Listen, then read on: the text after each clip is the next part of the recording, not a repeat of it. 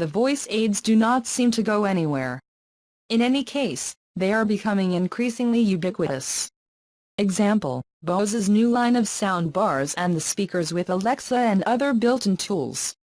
When leaving the box, Home Speaker 500, Soundbar 500 and Soundbar 700 will react when you start shouting commands in Amazon's digital assistant in October. Bose promises that other voice attendees will remain at some ambiguous point, and that early next year there will be an update that will add the AirPlay 2 broadcast.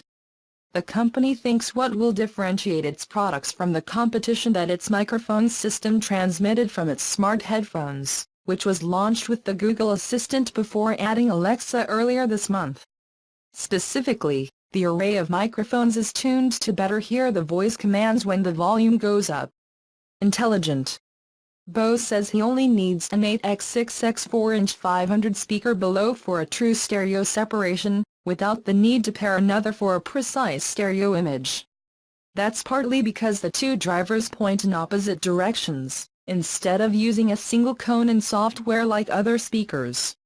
With $399.95, you would expect that to be the case.